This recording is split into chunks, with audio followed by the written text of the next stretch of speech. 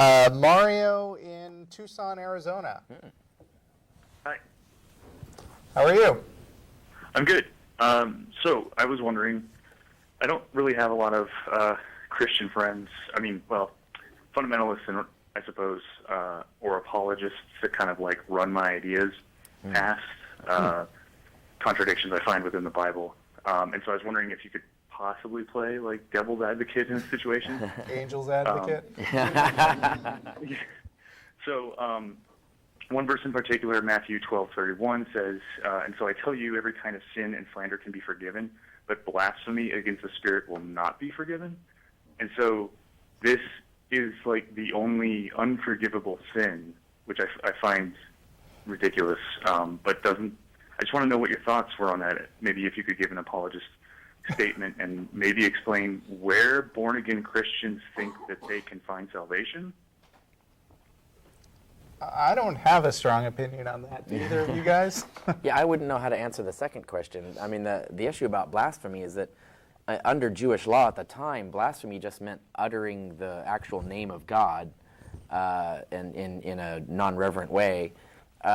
So blasphemy against the Holy Spirit is almost an unintelligible statement in the context of ancient Judaism. So we're not really sure what that statement really meant and what particular issue the Christians who wrote that passage were trying to address. Almost certainly Jesus never said those words. That was the invention of the later Christian community. They were dealing with some sort of issue in their community that we don't know about because we don't have the documentation of what kind of problems they were dealing with in their church, but someone just inserted that line in Jesus' mouth in the gospel to just have him advocate whatever position they were trying to advocate, and we don't really know what it was because we don't have the context for it.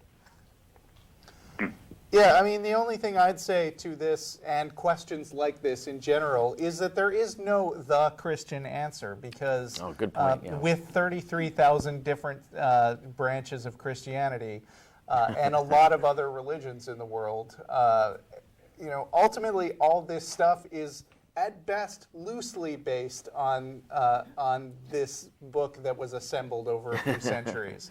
And so if you read up a little bit on the history of how fundamentalism came to be such a uniquely American tradition, you'll find that people are basically constructing their own theologies as they go along. And anytime that you branch out, anytime that you have a disagreement with your parent organization, a lot of times what will happen is you just branch out into a new sect of Christianity. Right. I don't want to make you go hunting down fundamentalist churches or anything and ask them. But really, I think the problem with asking us is that we don't take any of it seriously, and there would be a different answer depending on who you ask and what they've decided to believe in their own minds. Yeah. Okay. I suppose this also furthermore asks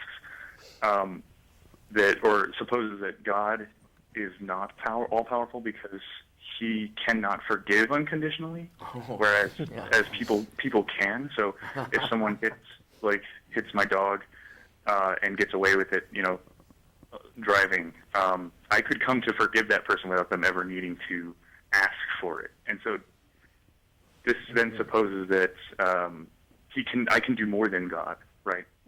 Yeah. Right. That's a spot-on statement. There's a lot of ways you can use that argument. I mean, whenever you're trying to use the argument from evil, they'll always come back with trying all these excuses for why God can't fix the world. And you go, but I would fix the world if I had God's powers. And therefore, what, am I nicer than God? Is that even possible? But, you are nicer than God. Thank you. I've seen you in action. I can't argue with that. But yeah, you're absolutely right. If there's things that we can actually do that God cannot do, that does mean we have powers that God does not have, and that refutes the whole concept of omnipotence. Thanks, guys, for your input. All right, thanks for calling.